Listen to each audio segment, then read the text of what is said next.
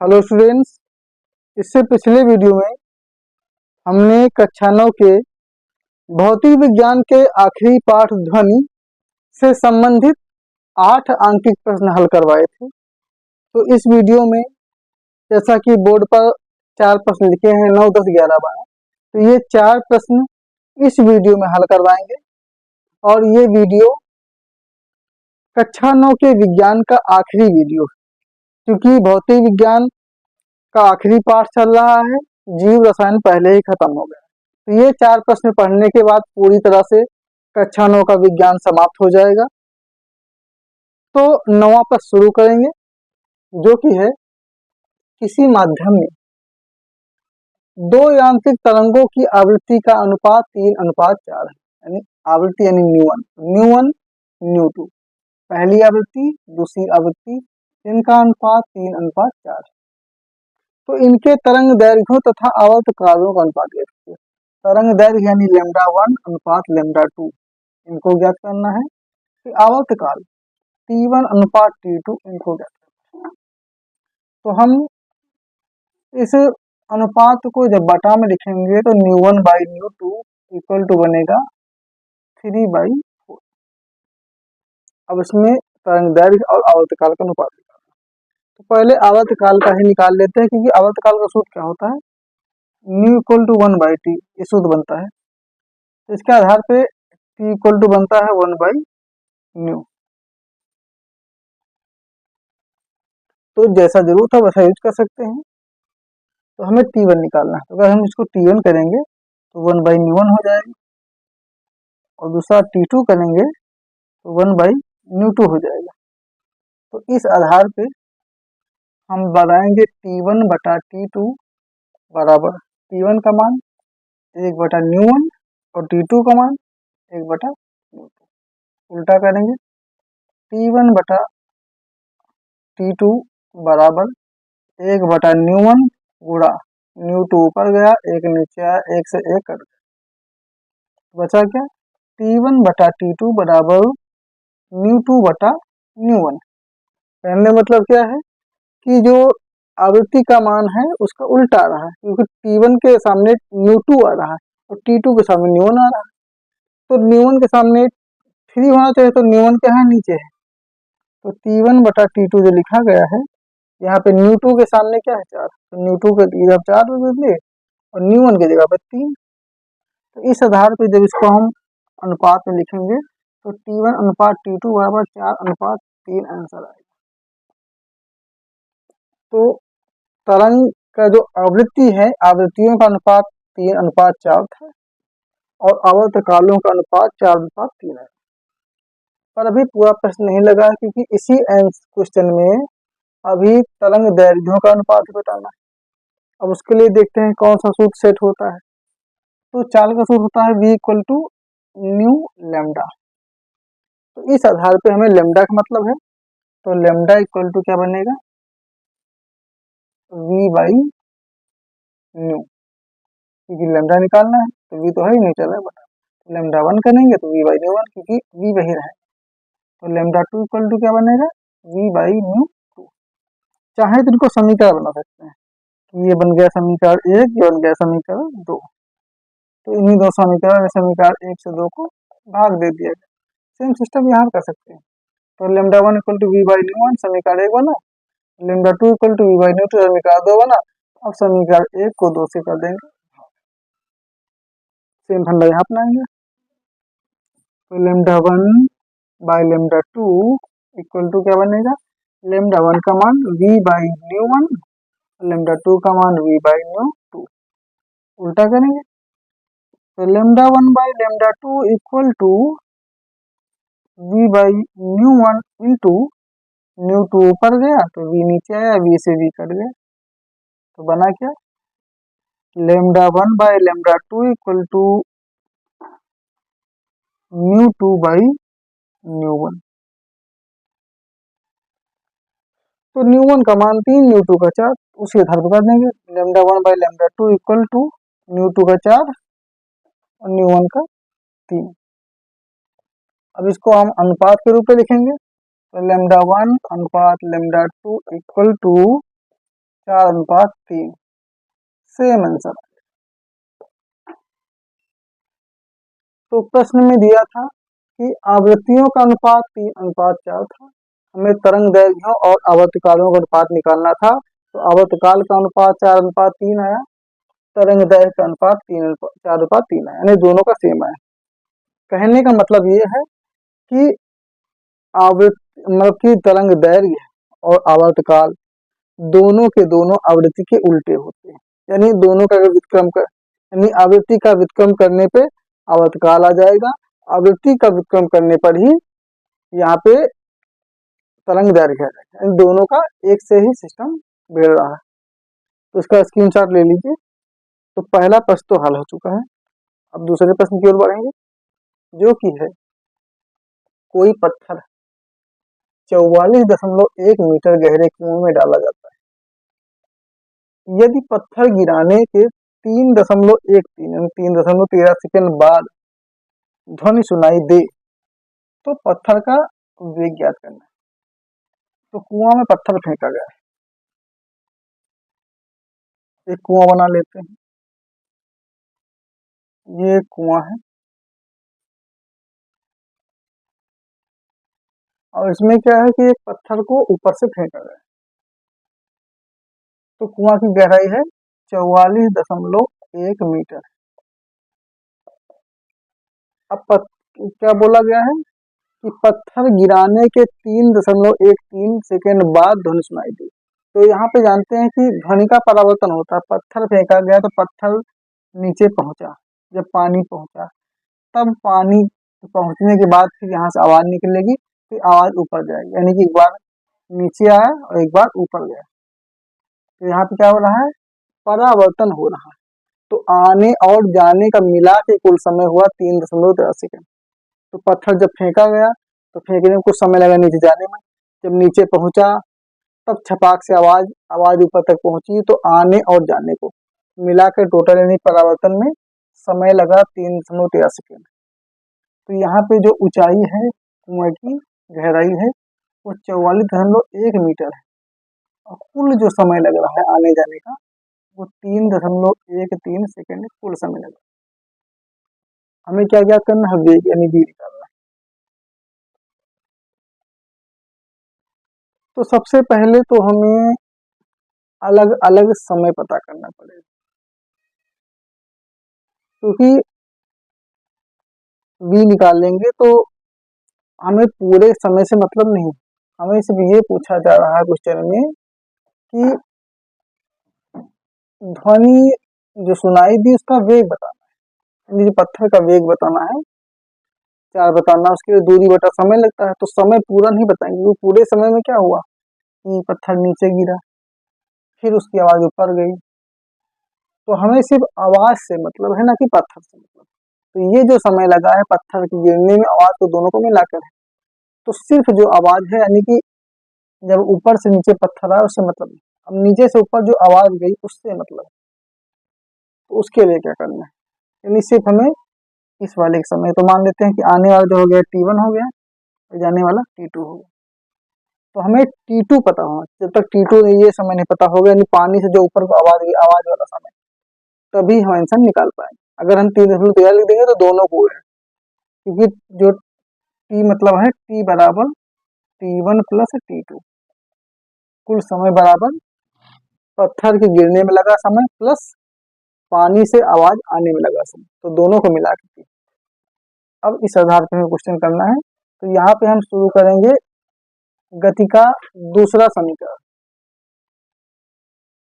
तीसरा समीकरण h equal to, हाँ दूसरा ही h equal to u t plus half g t square. जी इसलिए यूज कर रहे हैं क्योंकि यहाँ पे क्या है, पानी मतलब जो पत्थर है नीचे जा रहा है, तो गुरुत्वाकर्षण शक्ति खींच रही है, तो यहाँ पे जी का यूज किया जाएगा। अब मान की बात करते हैं तो u का मान तो 0 ही रहेगा, शुरुआत में 0 होता है मान, तो प्रारंभिक वेग 0 है। अब ऊंचाई है h 44.1 बराबर u, तो u का मान 0 गुणा t, t जो समय दिया है उसको निकालना है। तो यहाँ पे हम सब नीचे जा रहे हैं, सब नीचे वाला निकाल रहे हैं। तो यहाँ पे T1 कर लेते हैं, यहाँ पे T1 कर लेते हैं, क्योंकि अभी सिर्फ हम नीचे जा इस ऊंचाई को यूज कर रहे हैं। अभी तो T2 बाद में निकाला जाएगा। तो पहले एक तरफ निकालते हैं। तो T1 निकालना ही है, प्लस 1/2 जी का मान होता है 9.8 गुणा T1 तो निकालना है इसका। अब वर्क करंट क्या होगा, 44.1, 0 से गुणा होगा तो 0 ही बन जाएगा। इसका 2 से काटेंगे तो 4.9, तो आ रहा 4.9 T1 स्क्वायर। अब पक्षांतर के काम ये काम पूरा लेफ्ट कर देते हैं, वो राइट कर लेते हैं। तो 4.9 T1 स्क्वायर बराबर 44.1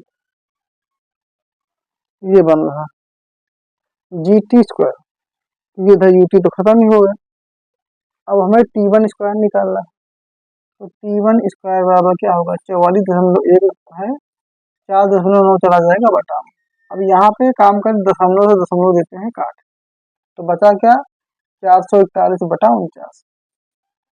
अब दोनों कर देते हैं वर्ग के अंदर, T1 का वर्ग इधर 441/49 का वर्ग।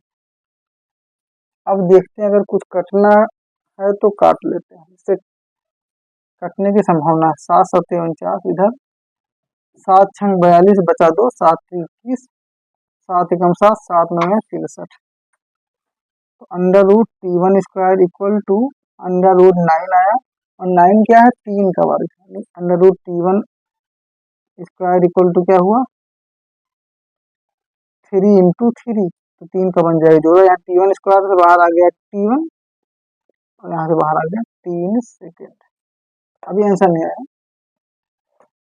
इससे ये पता चला कि पत्थर जो ऊपर से फेंका गया, तो पत्थर को पानी तक गिरने में लगा 3 सेकेंड।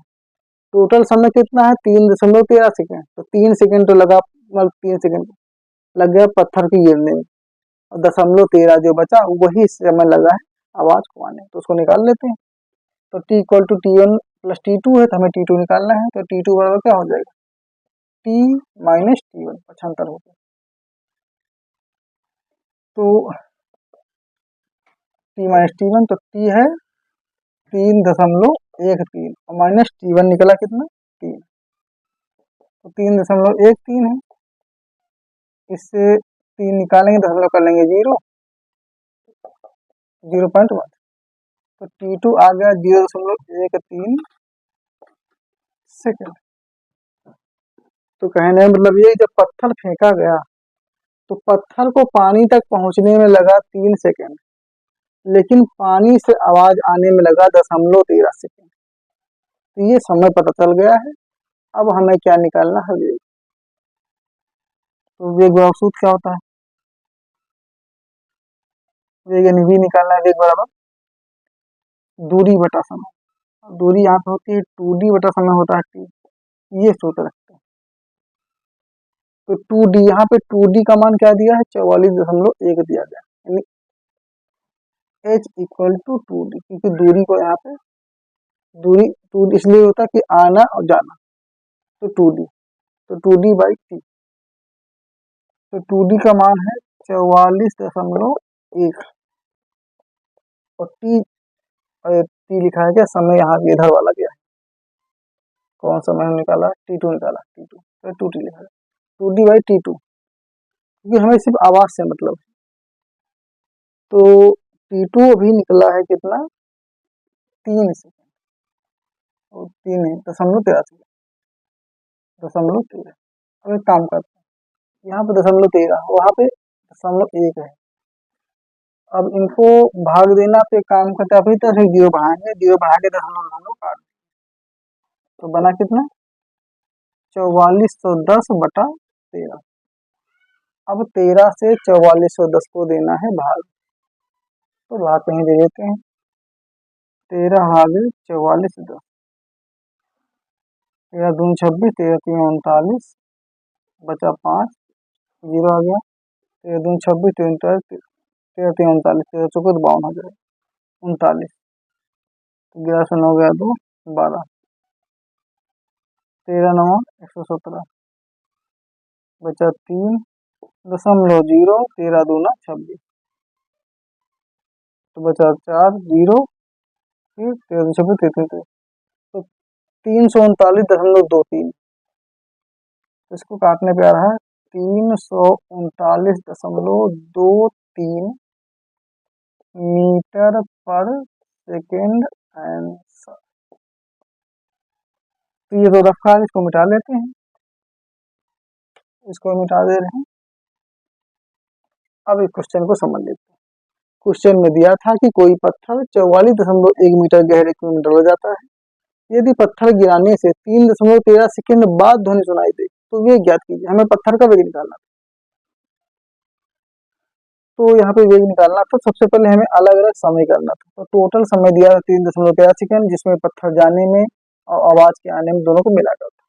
तो पहले पत्थर के जाने का समय निकालना था, तो गति के दूसरे समीकरण का यूज किया गया h = u t1 + half gt1 square. पहले t1 किया, तो हल करने पे t1 का मान आ गया 3 सेकेंड। अब 3 सेकेंड आ गया, टोटल 3.13 है, तो सीधी सी बात है, बचेगा कितना, t2 का 0.13। तो यहाँ पे जब जल से संबंधित चाल दूरी की बात करते हैं तो यहाँ पे सोनार वाला सूत्र लगाते हैं, जो होता है v = 2d/t, यानी कि चाल बराबर दूरी बटा समय। यहाँ पे दूरी में 2d लिखा जाता है, तो 2d लिखा गया, 2d यानी h के बराबर होगी, जो कुएं की ऊंचाई है यही दूरी हुई, ये 2d लिखा गया। और समय कितना लगा लौटने में 0.13 सेकेंड। इसको हल करनी है तो 343.23 मीटर प्रति सेकेंड ये आ गया है पत्थर का वेग। तो इसका स्क्रीनशॉट ले लीजिए, उसके बाद फिर हम आगे बढ़ेंगे। अब जो तीसरा प्रश्न दिया गया है वो प्रश्न है, प्रतिध्वनि सुनने के लिए किसी कमरे की न्यूनतम लंबाई कितनी होनी चाहिए, और वायु में ध्वनि की चाल दिया गया है, तो इसको बता देते हैं। प्रतिध्वनि का मतलब होता है गूंज। अगर हम गूंज को सुनना चाहते हैं तो किसी कमरे की न्यूनतम लंबाई कितनी होनी चाहिए, यानी कम से कम कितना बड़ा कमरा हो ताकि हम गूंज को आसानी से सुन सकें, क्योंकि छोटे कमरे में गूंज को सुनना आसान नहीं है। तो प्रतिध्वनि सुनना चाहते हैं तो लंबाई ज्ञात करना है। वायु में ध्वनि की चाल यानी दिया गया कितना, 320 मीटर प्रति सेकेंड, तो ये तो दिया गया है। अब कितनी लंबाई होनी चाहिए, दूरी है, तो डी ही ज्ञात करना है हमको, जो कि ज्ञात। और समय, तो समय नहीं दिया, पर एक बात याद रखेंगे कि प्रतिध्वनि सुनने के लिए कम से कम 0.1 सेकेंड का समय होना चाहिए। अगर इससे कम समय है तो प्रतिध्वनि सुनना संभव नहीं है। तो इस पॉइंट को याद रखना कि प्रतिध्वनि के लिए जो न्यूनतम समय होता है 0.1 सेकेंड माना जाता है। अब सीधा सा वही सूत्र रखेंगे, v = 2d/t में d निकालना, पक्षांतर करेंगे तो क्या बनेगा, 2d = vt हो गया। तो जो d निकालना है, d = क्या बनेगा, vt/2। तो v का मान दिया है 320, समय 0.1/2। अब 2 से काटेंगे तो 16, 160, तो 160 गुणे 0.1। अब दशमलव से गुणा होगा तो क्या बन जाएगा, 16.0, यानी कि 16 मीटर आंसर। कहने का मतलब यह है कि अगर हम चाहते हैं कि हम प्रतिध्वनि को स्पष्ट रूप से सुने तो कमरे की लंबाई कम से कम 16 मीटर होनी चाहिए, तब हम प्रतिध्वनि को सही से सुन सकते हैं। तो प्रश्न में यही किया गया था कि प्रतिध्वनि सुनने के लिए किसी कमरे की न्यूनतम लंबाई कितनी होनी चाहिए। तो वायु में ध्वनि की चाल 320 मीटर प्रति सेकंड दिया था। समय प्रतिध्वनि के लिए कम से कम 0.1 सेकंड होना चाहिए। तो हमें दूरी निकालना था, यानी कि लंबाई निकालना। तो v = 2d/t समय ये सूत्र होता ही है, इसी में से d निकालना था।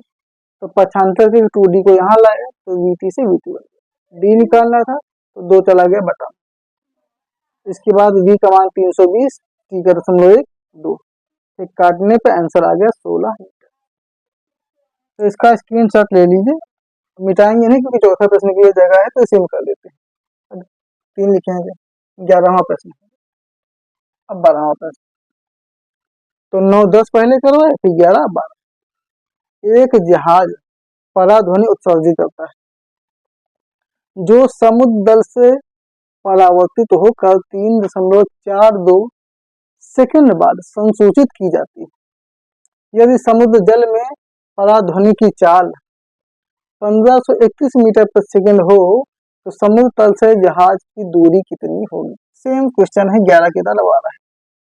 इसमें क्या दिया गया है कि समय दिया है t बराबर 3.42 3.42 सेकंड, इतना समय लग रहा है। यानी जहाज जब प्रेषित से सूचना देता है तो संसूचित तक जाती है, क्योंकि सोनार में टेक्निक में 2 पार्ट होते हैं, एक होता है प्रेषित, एक होता है संसूचित। तो प्रेषित से पराध्वनि उत्सर्जित की जाती है और संसूचित से ग्रहण की जाती है। यहाँ दिया गया कि एक जहाज पराध्वनि उत्सर्जित करता है, प्रेषित से उत्सर्जित कर रहा है तो समुद्र तल से परावर्तित होगी वो आवाज, फिर 3.42 सेकंड बाद संशोधित की जाती है। तो पराध्वनि की चाल दिया है v का मान 1531 मीटर प्रति सेकंड। तो समुद्र तल से जहाज की दूरी यानी d यहाँ पे भी ज्ञात करना है। सेम वैसे फंडा है, तो सूत्र को भी वैसे ही सेट करेंगे, सीधा सीधा हम यहाँ पे डायरेक्ट कहते हैं d = vt/2, ज्यादा घुमाएंगे नहीं क्योंकि वैसे ही बनाना है। तो क्या मतलब 2 बार लिखेंगे, d = vt/2। अब v का मान कितना दिया गया है 1531, t का मान 3.42 और बटा में 2 से काट देंगे तो 2 एकम 2 दशमलव, फिर बचता कितना है 214, 1.7। तो 1521 गुणे 1.71, इसे गुणा करके आंसर ले आएंगे। तो 1521 गुणा 171, तो 1521 7 एकम 7, 7 तिक 21, 7 पचे 35, 35 2 37, 7 एकम 7, 7 3 10, फिर से वही बात 1 3 5 1 1 7 3 10, 5 2 7 1 8, 7 1 8 8 3 11, 5 1 6 1 26 18 0 26 18 0 1.2, 0.01 का कोई मतलब नहीं, सीधे सीधे लिखेंगे 2618 मीटर आंसर।